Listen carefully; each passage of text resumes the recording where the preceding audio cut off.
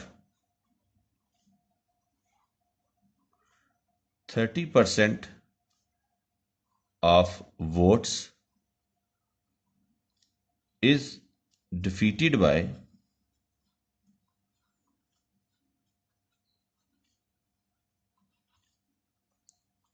15,000 votes،